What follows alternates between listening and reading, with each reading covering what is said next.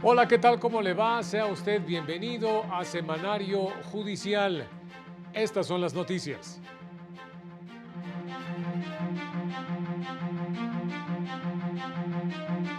El Pleno de la Corte invalidó disposiciones de leyes de ingresos de Tlaxcala y Zacatecas, pues el legislador no motivó la modificación de tarifas. El Pleno del Tribunal Constitucional resolverá las consultas a trámite sobre la reforma judicial la próxima semana. La segunda sala amparó a mujer con doble nacionalidad y a su hijo para que se les reconozca la calidad de refugiados. El Consejo General del INE puso en marcha el proceso extraordinario para elegir a personas juzgadoras.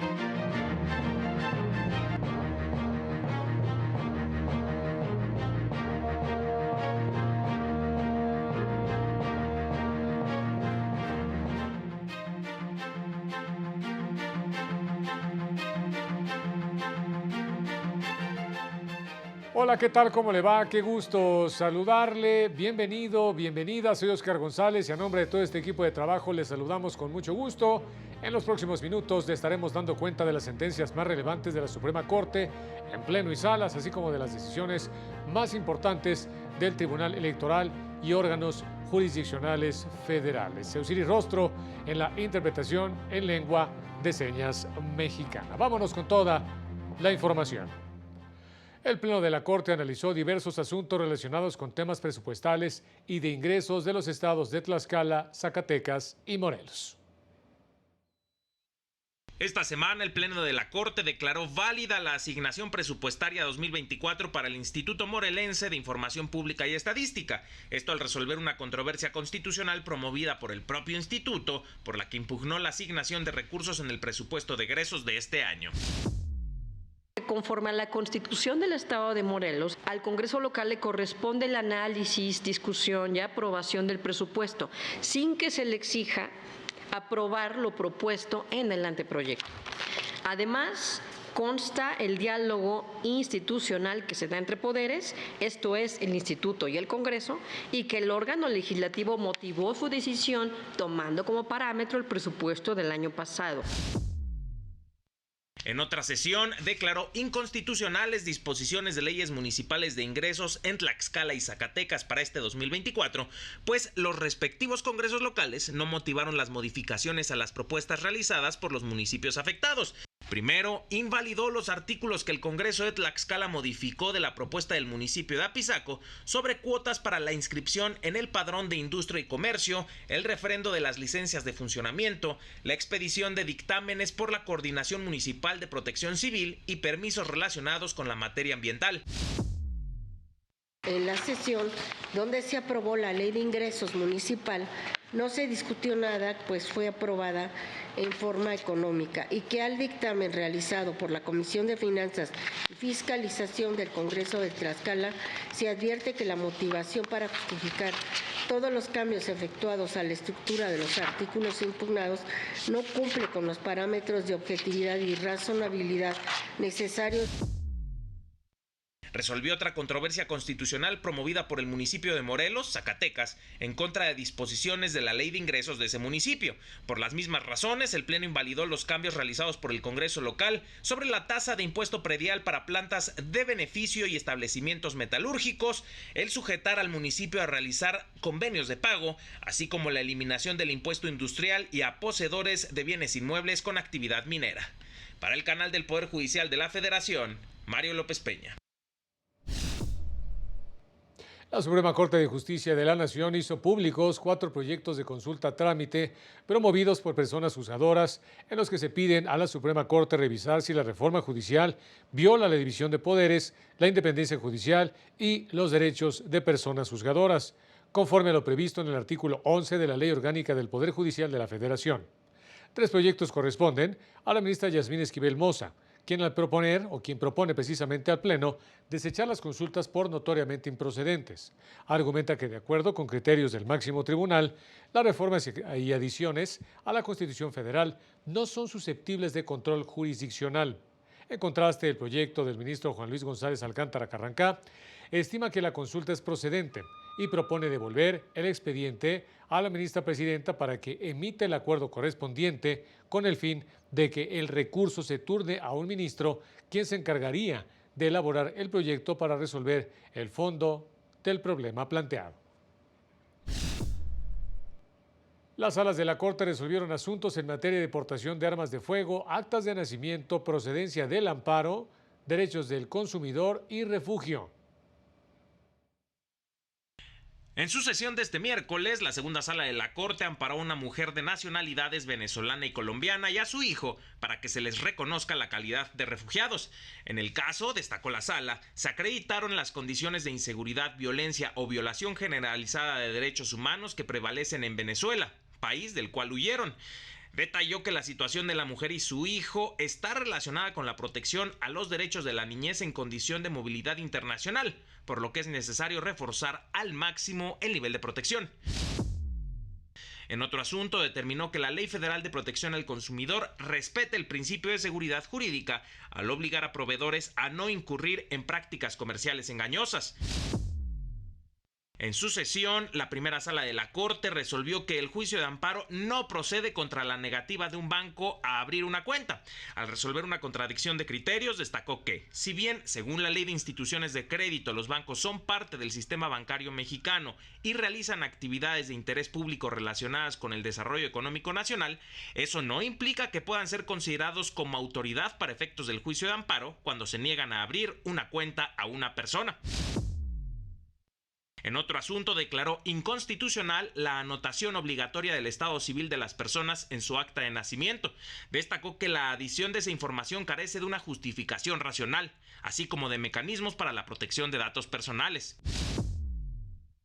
Por otra parte, la primera sala reconoció la validez del artículo 83, último párrafo de la Ley Federal de Armas de Fuego y Explosivos, conforme al cual, cuando se comete el delito de portación de armas de fuego de uso exclusivo de las Fuerzas Armadas y además lo cometan 3 o más personas que integren un grupo, la pena para cada una de ellas se aumentará al doble.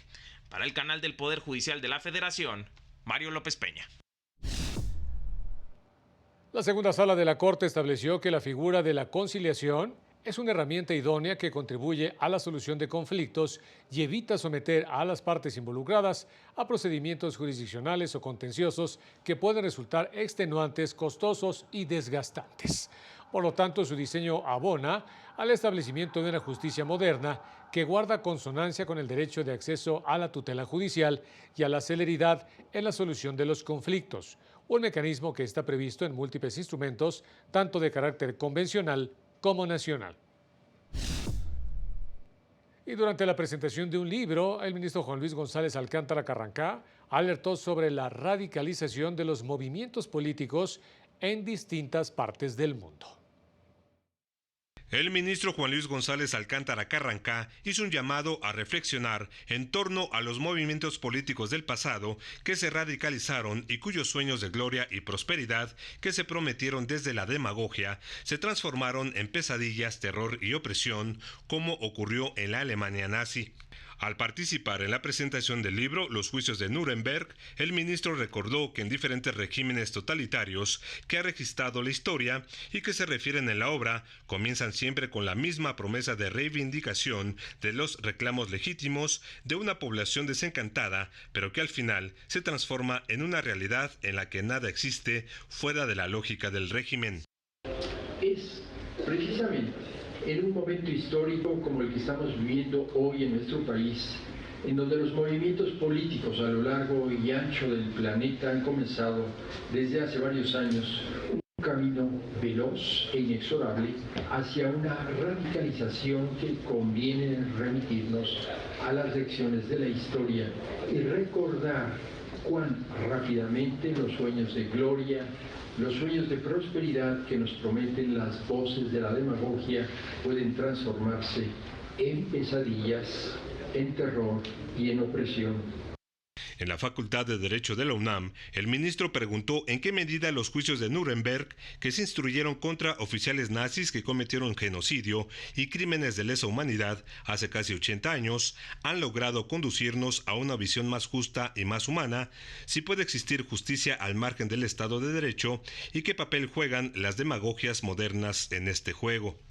Son preguntas que, como señalé al comienzo de mi presentación, nos exigen, nos demanda respuesta cada vez con mayor urgencia y que no admiten más demora de nuestra parte.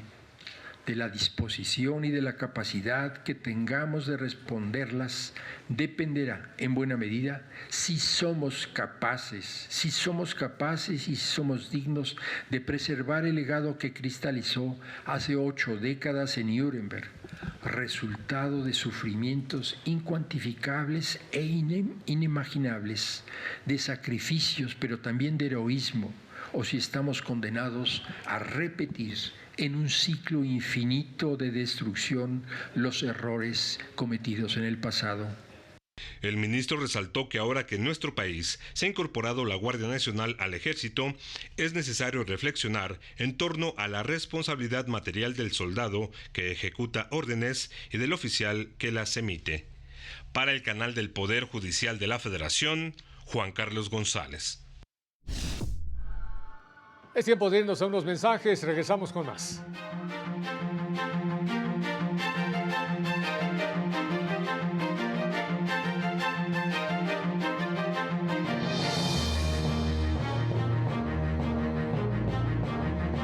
Al regresar, juez de distrito ordena al INE suspender proceso electoral de personas juzgadoras.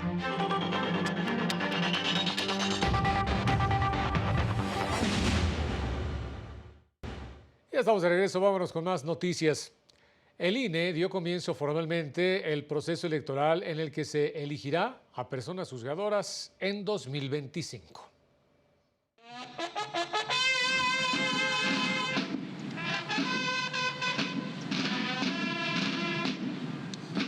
Con la tradicional ceremonia cívica de honores a la bandera, el Instituto Nacional Electoral inició el proceso electoral extraordinario del Poder Judicial de la Federación 2024-2025. La consejera presidenta del INE, Guadalupe Tadei, aseguró que están listos para la organización de estos comicios en los que personas juzgadoras serán electas por voto popular el 1 de junio de 2025. Desde el INE celebramos la oportunidad de fortalecer el Estado de Derecho a través de un proceso electoral transparente y legítimo. Les aseguro que las reglas serán claras y equitativas para todos los participantes. Además, nuestros mecanismos de vigilancia y control asegurarán la integridad del proceso electoral extraordinario. Posteriormente se llevó a cabo la sesión extraordinaria en la que se instaló el Consejo General del INE sin la presencia de representantes de partidos políticos, como se ordenó en el decreto de reforma al Poder Judicial. En este momento declaro formalmente iniciada la etapa de preparación del proceso electoral extraordinario para la elección de ministras, ministros, magistradas, magistrados, juezas y jueces del Poder Judicial de la Federación, que sea por el bien de México. Durante la sesión, 2 de las consejeras electorales manifestaron sus preocupaciones en torno al presupuesto y la falta de legislación secundaria. Tenemos ante nosotros la exigencia social y política quizá más delicada de nuestra historia. Me refiero a cumplir con un mandato constitucional, preparando y organizando por primera vez una elección de dimensión nacional con instrumentos legales limitados, con incertidumbre sobre la suficiencia y oportunidad de los recursos presupuestarios a nuestra disposición para cumplir con esta misión. Valdría la pena sí hacer una atenta invitación al legislativo a que si es su voluntad y será su voluntad normar y dar las reglas para este proceso, se haga con la mayor inmediatez, porque nosotros el proceso lo veremos. Tendremos que construir un plan y un plan de trabajo, un cronograma, y cualquier cambio tiene implicaciones en el modelo operativo. En entrevista, la consejera presidenta Guadalupe Tadei informó que en la elección de las personas juzgadoras también se pondrá en marcha un protocolo de protección para los aspirantes que así lo soliciten, con el fin de blindar los comicios de la posible intervención del crimen organizado. Para el canal del Poder Judicial de la Federación, Juan Carlos González. A su vez, integrantes del Poder Judicial señalaron que el INE incurre en desacato al ignorar diversas suspensiones dictadas por jueces de distrito. Juez votado, corrupto asegurado. Juez votado, corrupto asegurado. Trabajadores del Poder Judicial de la Federación se manifestaron en el Instituto Nacional Electoral durante la ceremonia cívica con motivo del inicio del proceso electoral extraordinario del Poder Judicial de la Federación 2024-2025.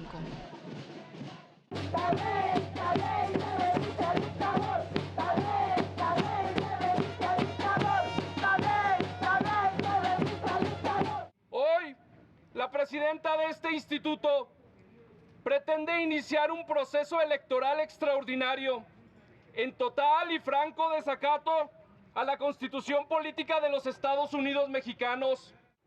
Hoy, este instituto tiene la posibilidad de reivindicarse y no continuar con un procedimiento ilegal, porque está viciado de origen.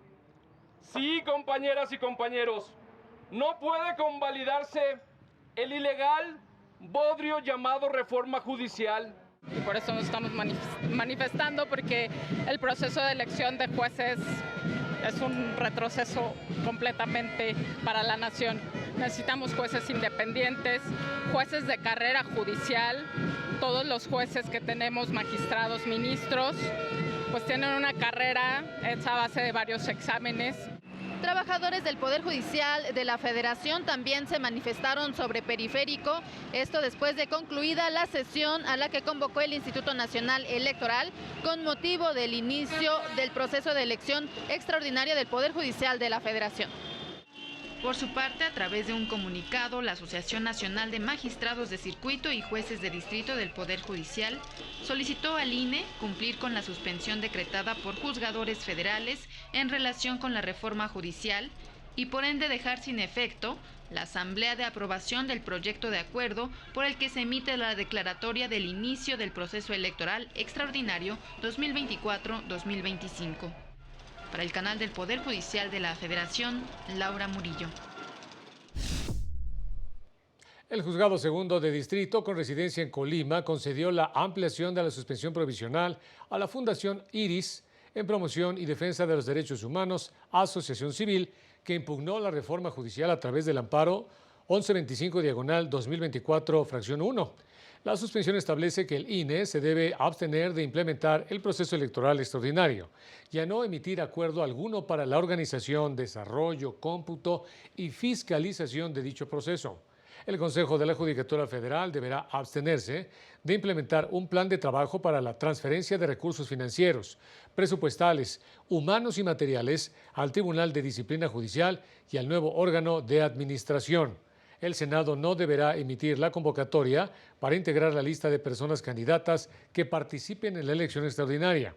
Tampoco deberá procesar la adecuación de la legislación secundaria para dar cumplimiento a la reforma constitucional, misma obligación de la Cámara de Diputados.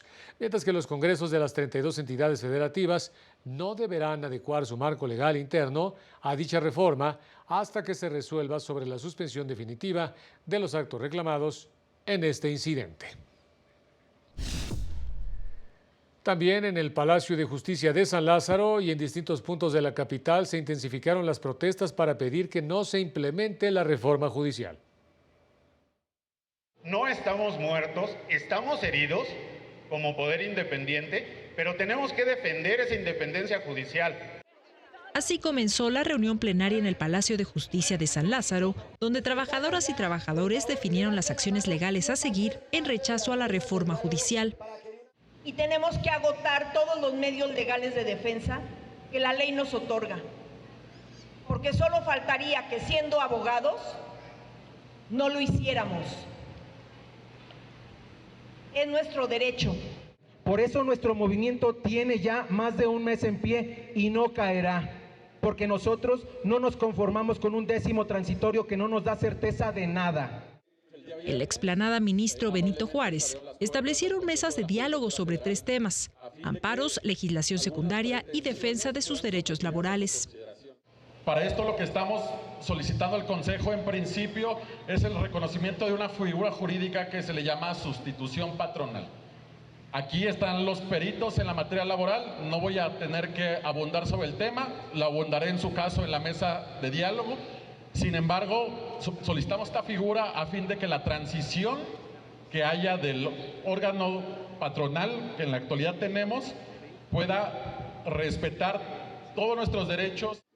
Indicaron que se trabaja también en el impulso en todo el país del llamado amparo madre en contra de la reforma judicial.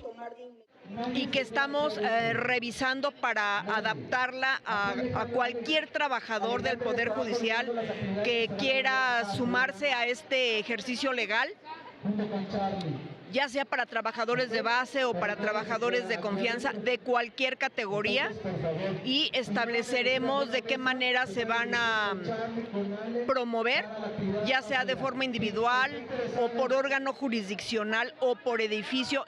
El resultado de dicho ejercicio fue presentado en una mesa de diálogo que se llevó a cabo en el Consejo de la Judicatura Federal. Mientras, en las calles se mantendrá la protesta. Ya fue el INE, Tlalpan y Periférico, ayer fue Eje Central, ya fueron carreteras, ya está haciendo en Saltillo, hay información de que están cerrando ahorita mismo, ya bloqueando incluso hasta con llantas quemadas y todo eso para evitar el paso de los vehículos. O sea, esto se está radicalizando y eso es importante que también lo sepa la gente. No estamos defendiendo privilegios, estamos defendiendo a la ciudadanía.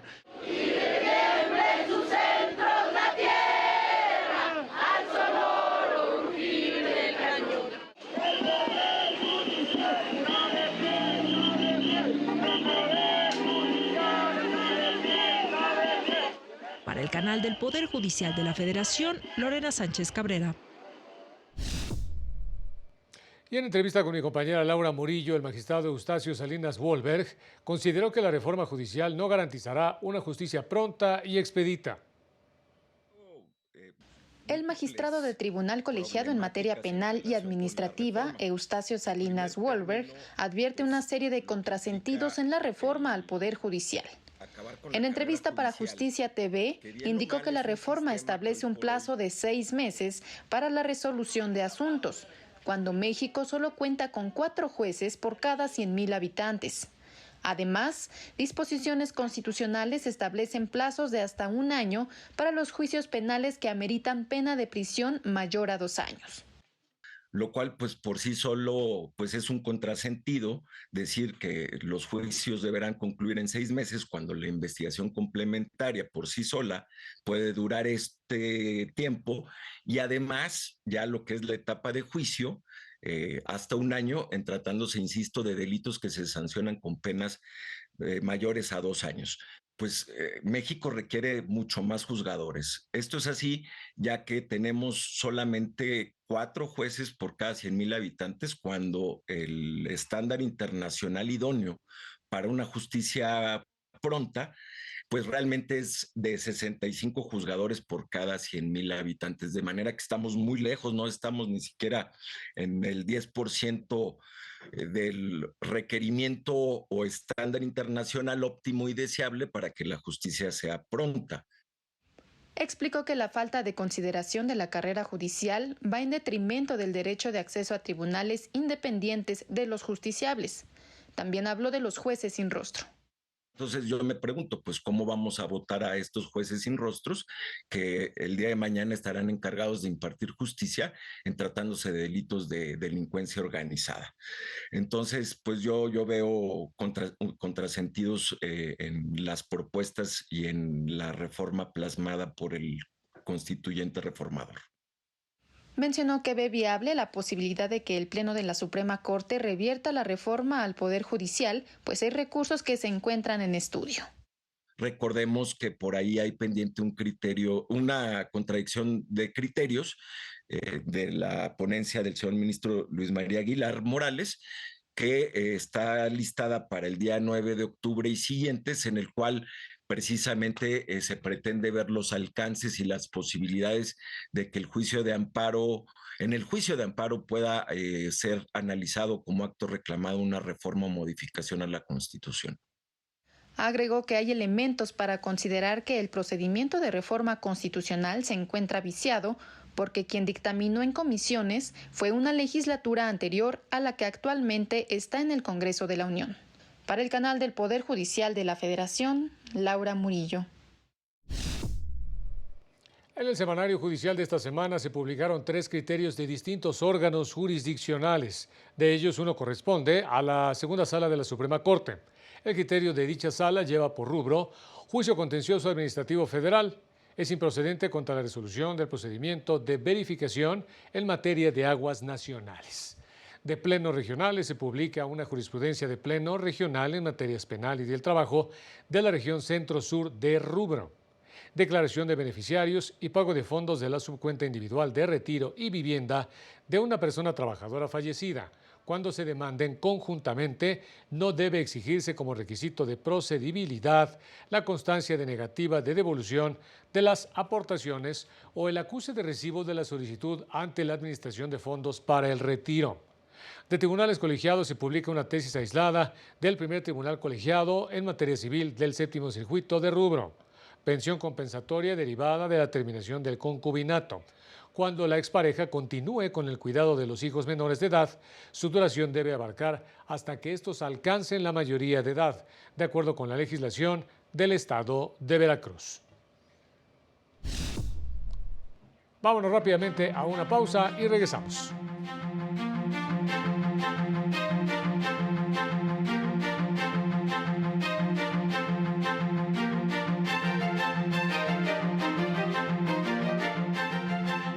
Más adelante, el Tribunal Electoral reconoce validez de la elección para renovar la gubernatura en Morelos.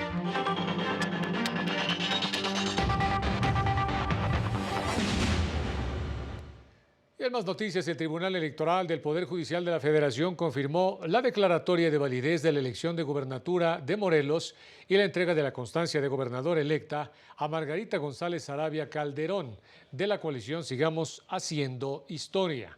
Por unanimidad, las y los magistrados desestimaron los argumentos que presentaron en sus demandas el PRD y la candidata de la coalición La Dignidad y Seguridad por Morelos, Lucía Mesa Guzmán, con las que buscaban anular la elección. En consecuencia, al resultar infundados e inoperantes los motivos de agravio, propongo confirmar la resolución impugnada y, por ende, la elección y sus resultados en la gubernatura del estado de Morelos. En otro asunto, la Sala Superior confirmó el triunfo de Alessandra Rojo de la Vega como alcaldesa en Cuauhtémoc al declarar improcedentes las impugnaciones presentadas por Morena y su candidata Katy Monreal en contra de la sentencia de la Sala Regional Ciudad de México que declaró la inexistencia de violencia política de género atribuida a la candidata ganadora. El Pleno de la Sala Superior también desechó las impugnaciones presentadas contra la resolución de la Sala Regional Monterrey, que modificó el cómputo de la elección del ayuntamiento de dicha ciudad y confirmó en los aspectos impugnados la declaración de validez de la elección y la entrega de la constancia de mayoría. El fallo fue impugnado por los partidos Movimiento Ciudadano, Morena y Mariana Rodríguez Cantú, argumentando indebida valoración de las pruebas y falta de exhaustividad en el estudio de la violencia política de género alegada por la candidata. La Sala Superior desechó la demanda por no cumplir con el requisito especial de procedencia, ya que el caso no involucra un tema de constitucionalidad ni la emisión de un criterio novedoso. En consecuencia, en los proyectos de la cuenta se resuelve en cada caso su improcedencia.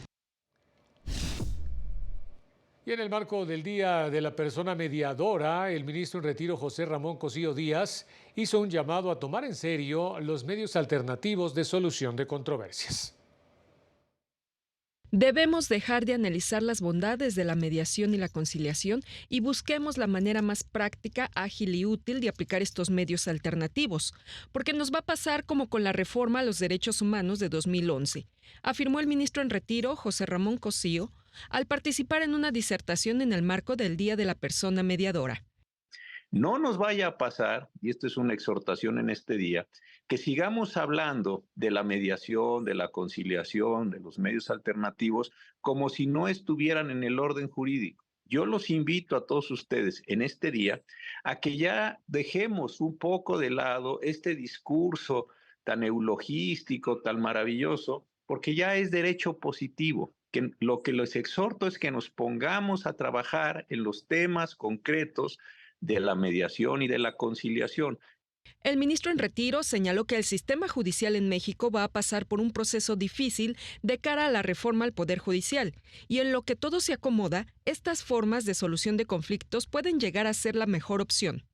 Que a través de la mediación y de la conciliación, muchos conflictos pueden ser resueltos de manera rápida, de manera no jurisdiccional en el sentido estricto de la palabra, y consecuentemente se pueden convertir en formas de pacificación social. A mediados de octubre tienen que expedirse los lineamientos para la Ley General de Medios Alternativos de Solución de Controversias. Y así concluimos el semanario judicial. Muchas gracias por haber estado con nosotros. Soy Óscar González. Manténgase en la señal del canal del Poder Judicial de la Federación. Este lunes siga la sesión del Pleno de la Suprema Corte, que en esta ocasión tiene previsto analizar y resolver una acción de inconstitucionalidad y una controversia constitucional. Recursos en los que se pide invalidar el decreto por el que se expidió el presupuesto de egresos 2024 de Yucatán y disposiciones de la Ley de Ingresos del municipio de Nava, Coahuila. Muchas gracias, pásela muy bien y nos vemos en la próxima. Hasta pronto.